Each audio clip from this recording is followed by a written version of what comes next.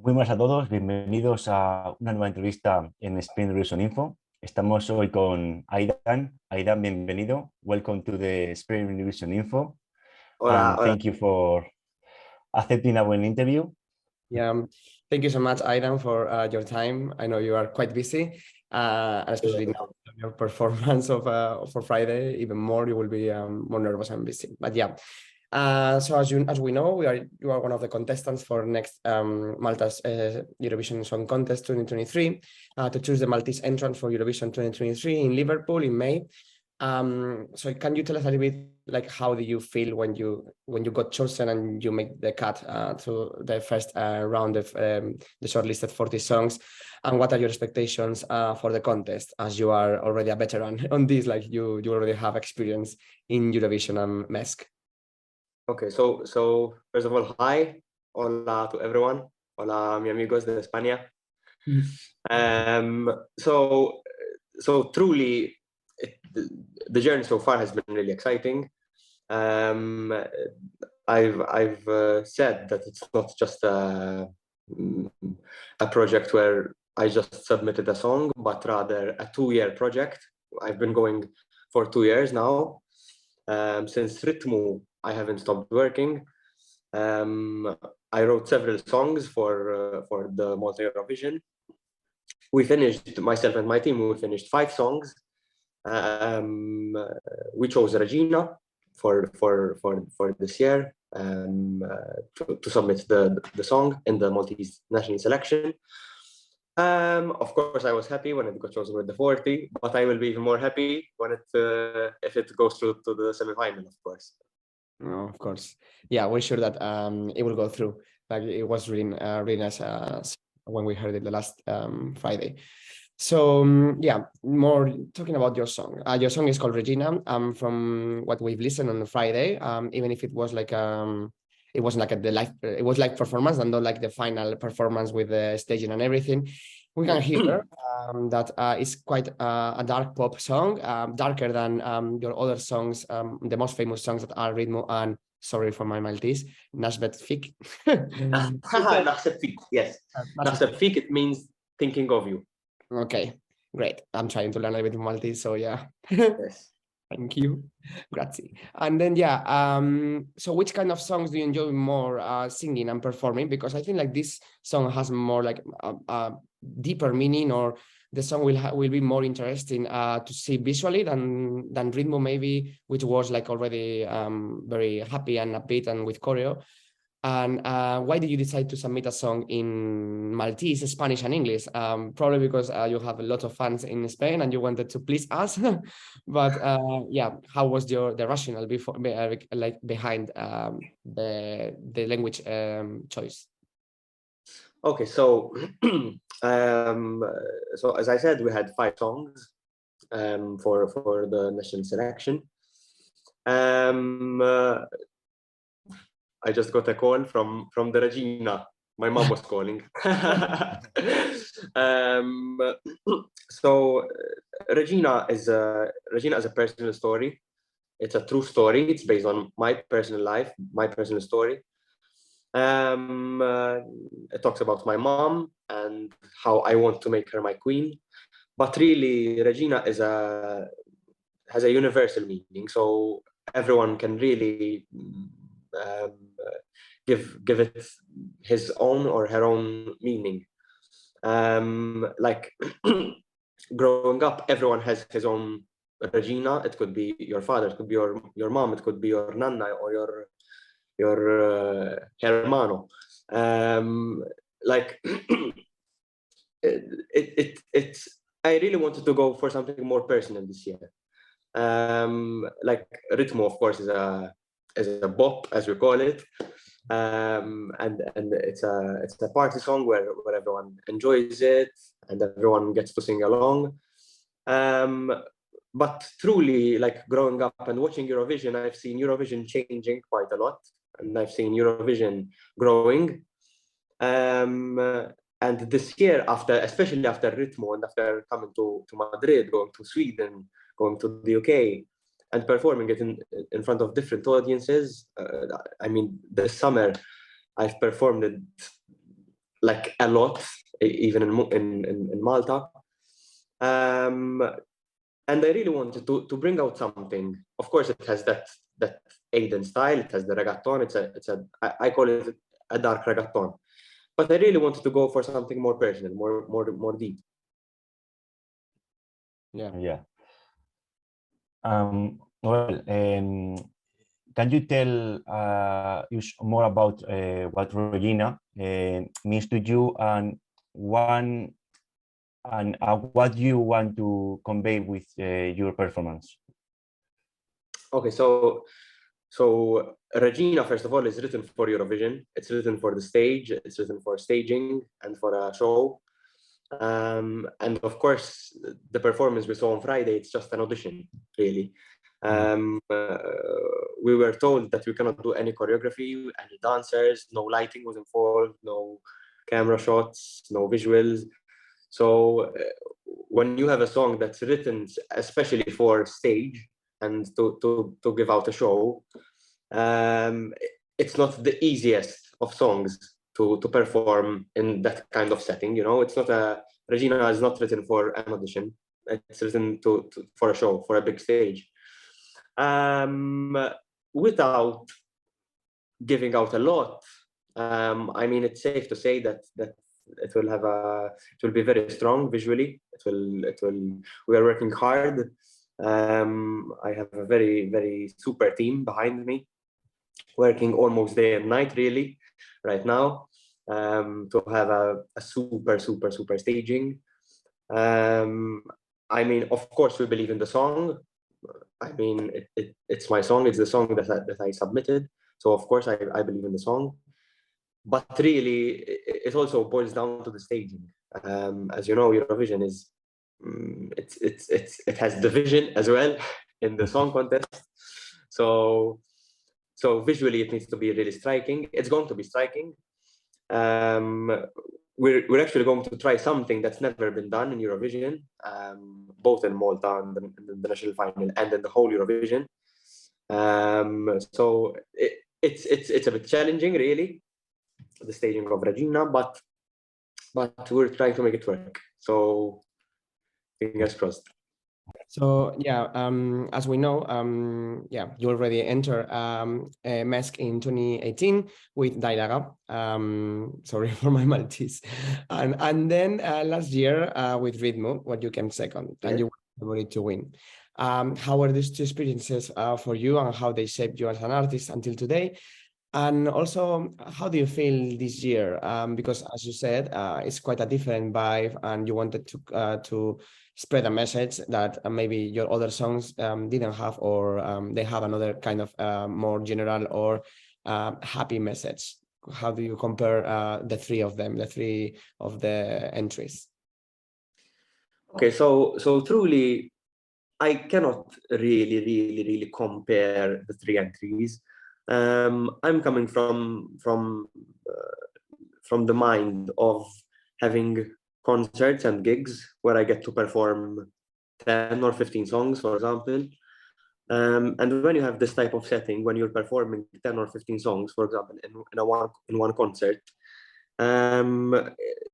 you cannot really have 2 or 3 of them where you give a lot of energy, and then the rest of the songs you don't give the same energy. You need to push. What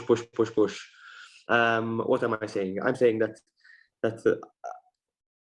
Dialoga was telling a certain story.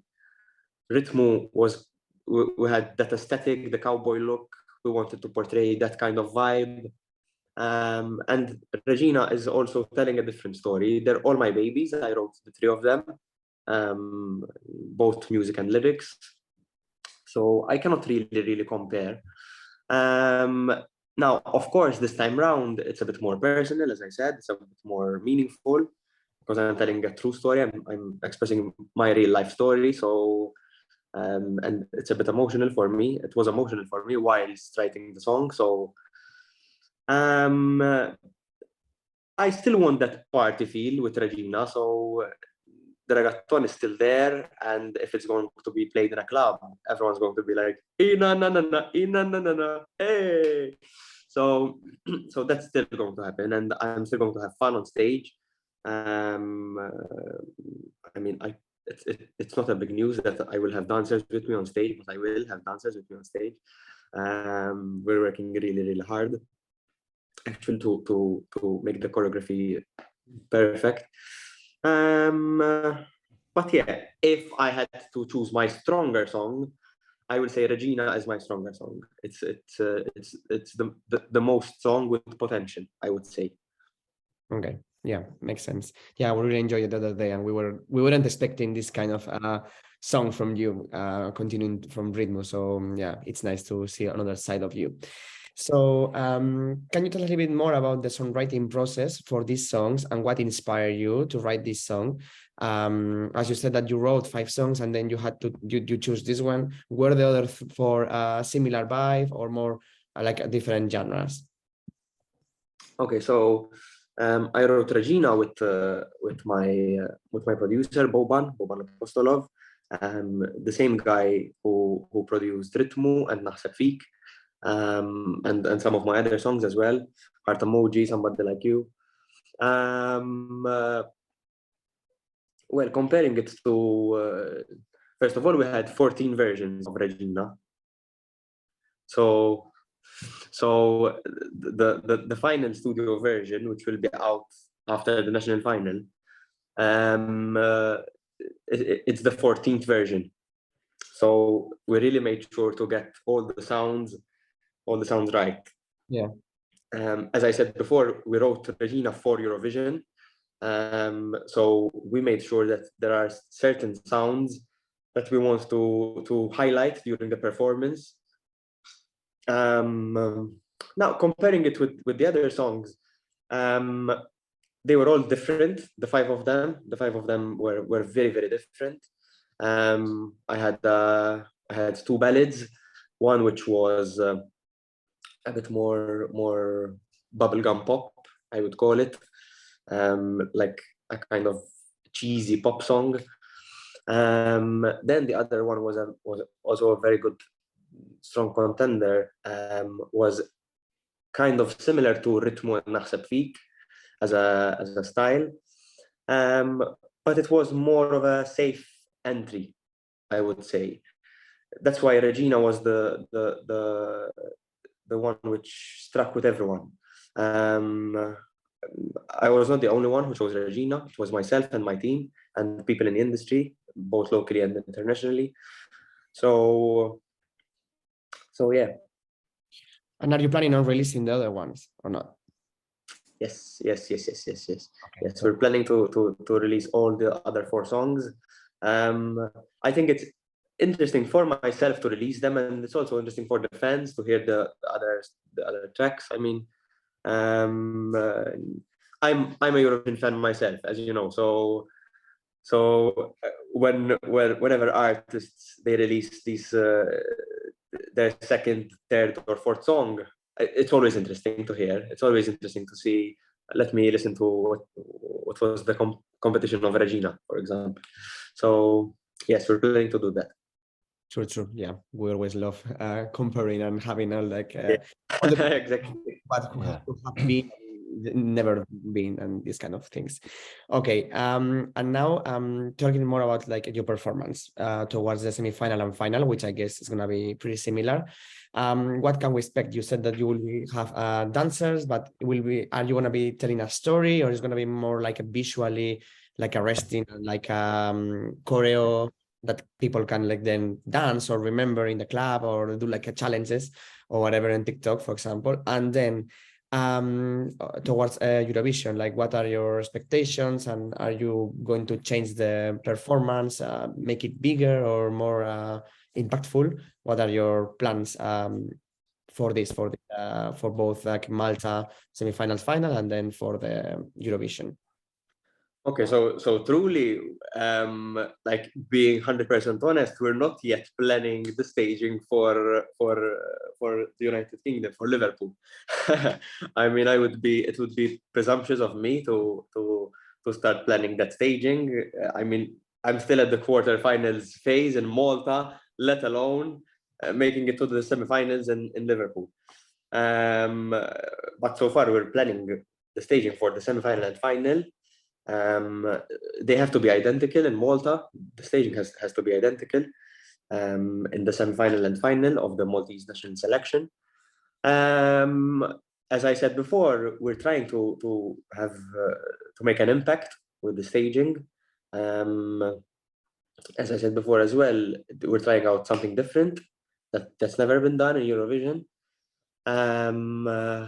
So it's not that easy. It's not easy because everything's been done in Eurovision. Like it's difficult to stand out, and eventually, if the song wins for Malta, it's so difficult to stand out with 40 countries. Like, of course, the song has to be good, the staging has to be good, the team needs to be good.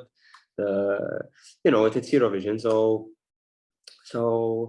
but we're working night and day for this. Yes, as I said, I will have dancers, but I don't want to give out way too much. But I hope that you will, of course, I hope that you will like it, should it pass to the semifinals, and be as surprised as I was when I started seeing the whole thing coming together, because I had this idea for quite a long time for the staging of Regina, and when we started gathering ideas and we started joining everything together and seeing it on paper, it was like, whoa, okay, so I can't wait. You are one of the favorites to win this year in Malta Eurovision Song Contest. And finally, you represent Malta in Eurovision. How do you feel having such great support both in Malta and internationally? Because in Spain, we are obsessed with you. Who is your relationship of Eurofans and the contest? Sorry, what was the last question? Like, how is your relationship with Like- the Okay. Eurofans and the contest? Okay, so of course I have to thank everyone for their support. I mean, I can speak about myself as an artist. I do this for the fans. I do this for everyone out there who supports me. Like there would be no point in submitting another song for Eurovision without having the support of the people. Like if I did not have the support, I would not have entered again this year. Because there's songs which play second or third, for example, and then after a few months you forget about the song and you forget about the artist. But it did not happen with the case of Ritmu last year. I kept contact with my fans, of course. I make sure that I make contact with my fans on Twitter and Instagram. I try my best. Let me say that I try my best. I mean, Ritmu last year won Best Song in Malta, so that in itself is really encouraging. It's all these memories, all these experiences that pushed me to submit another song for Eurovision. All these highlights, like getting to perform in Spain, in Sweden, in UK. I performed at the Isle of MTV this year, winning Best Song of the Year on the biggest two stations in Malta. So it's all these things, getting the support of the Eurofans, that pushes you to work even harder. I wouldn't be here without the fans. I wouldn't be here where I am today, that's for sure. I wouldn't have released more songs. I wouldn't have released Madame or RIP, for example, my latest two singles. So yes, I'm thankful. So thank you everyone who's watching. Thank you guys for this interview.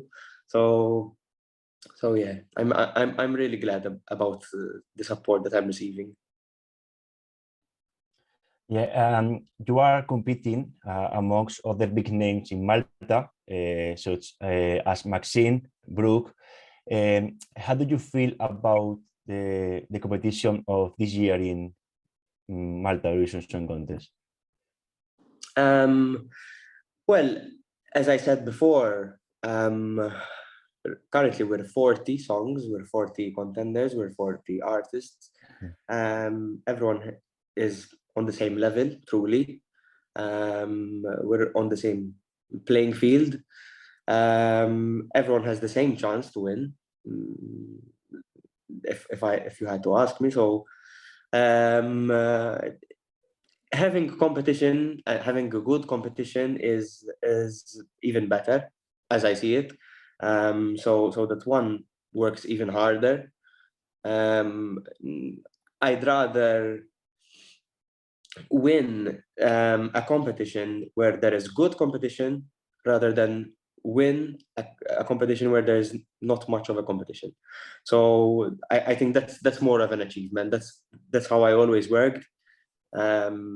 Even when it comes to releasing singles and releasing music videos, for example, I always saw it that way.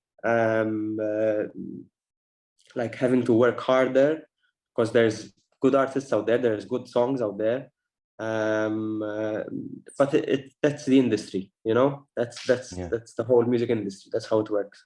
So yeah.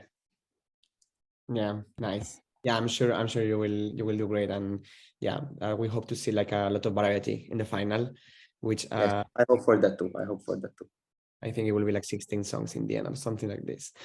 So, and now talking more about Eurovision and in general, rather than your entry, you said that you consider yourself a Eurofan, and probably Yes, I know the answer for this question, but what's your favorite Eurovision song from the recent years, like all over, like all the years, sorry, and also from either from Malta or from internationally, and then also.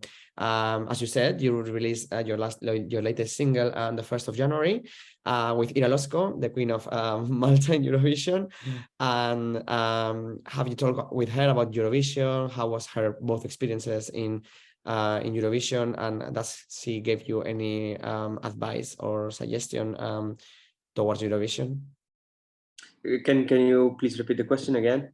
Yeah, it's first of all, what's your favorite Eurovision song? And then if Ira Losco have if you have talked with Ira about Eurovision and how were her experiences in Eurovision, and if she gave you an advice because she lived like she performed in Eurovision twice, both in 2000. Okay. Yeah. Okay. So before last year actually, before Eurovision 2022, I always said that my favorite song and favorite performance, I always mention Euphoria. I know that a lot of people mention Euphoria. I know that it's kind of cheesy to mention Euphoria, but truly, I always mentioned Euphoria before because what Loreen had done in 2012, it was like a revolution. You know, it was amazing what she had done. I mean, the contest was here, and she was here. She was ahead of the contest, I think. Like her song was made to perfection. The staging was up there, so it was always my favorite. But really, since last year, I mean, we have our own version of Jennifer Lopez. I have to mention Slow Mo. I mean, I say this not because of my Spanish friends or because of my love for Spain, but let's see it that way. Did we ever see that kind of artist in Eurovision? I mean, again, like what Loreen had done in 2012, I think Chanel did it now in a different way. She raised the bar so high, like she told everyone in a polite way, if you cannot dance as good as me, don't dance at all. You know, this is the way how things should be done. You know, and it's striking to do that. I wish I have the the same power as she had. So I have to say Chanel. And like I'm following the national finals. I'm watching. I try to watch all national finals, but it's really hard to watch all the national finals. And So you were watching yesterday MGP from yes, from Norway. I was actually, all my family was watching MGP because Really? all my family are becoming Euro fans now. I mean, Benidorm is also raising the bar. Like even last year, it was really good. I think it was one of the best national finals. But this year again, the styles are. I mean, there's something for everyone in Benidorm. Yeah. So it's also a very strong national final. Back to Ira Losco. We have had the idea of working together for quite a long time. Of course, Ira is our Maltese Regina in Eurovision. She's our Maltese queen. Yes. She placed second in 2002. She was so close to win. And then I believe she placed the 12th, I think, in 2016. Yeah. Something like that, but of course, still a very good result. With Walk on Water, it was a very, very strong track. If I can say my personal opinion and taste. Yeah. We did speak about Eurovision actually, especially on the day when we were filming the music video for our latest single for RIP. She wished me luck, of course, but it's not just about luck, it's also about working hard. And she shared her experience on her way of how she worked hard for Eurovision in both entries, both in Seventh Wonder and Walk on Water. I mean, it's really good to have her on my team and supporting me in a way, and supporting my entry this year. She was one of the very few people who heard Regina at the first times, actually, because when it was ready, she was one of those people who had heard Regina. I had sent it to Ira a while back, and she was like, "This is the song." She heard the studio version, and she told me it's a very, very, very, very solid, strong track. So yeah. It was really a fun experience working with Ira. I mean, as I said, she's a Maltese queen for us. So having the opportunity to work with her was amazing. Yeah, I feel like with her you can be proud. Like Malta can be proud of what she achieved. I think her and Destiny are like the most iconic Eurovision entries from Malta. So yeah. Okay, so and I have a question before to finish, because no, stay in the when you remember, because you are the spokesperson with last year in Malta, and you give 12 points with Chanel. How you remember that moment when you TV say 12 points for Chanel? What is your first impression when you say the vote? Okay, so I have to say that I was sick that day. I was really sick those 2 days. And I was really pissed that I was sick, because I was like, this is my golden opportunity.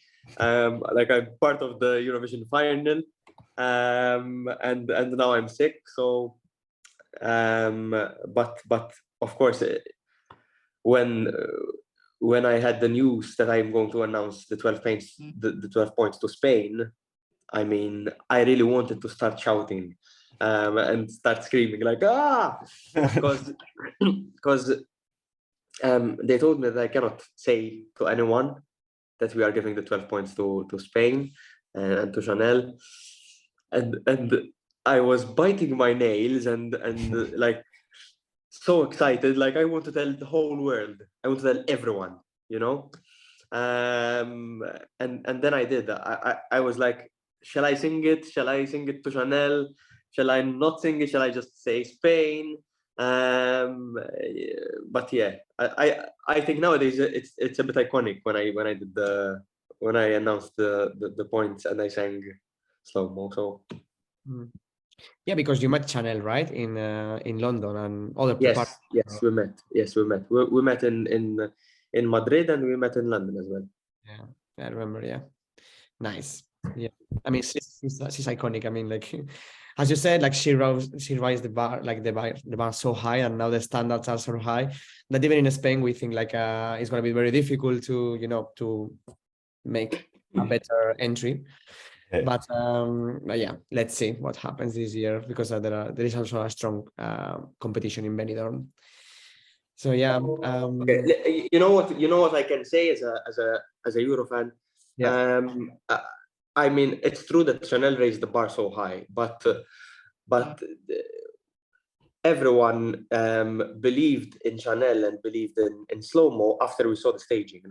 Yeah. Yeah. So we haven't seen any staging so far in Benidorm. So who knows? Maybe there's something out of the box, and so that shocks everyone. So yeah, from the first listen, which is your favorite from Spain right now? Yeah. It's a bit difficult. I have a few favorites.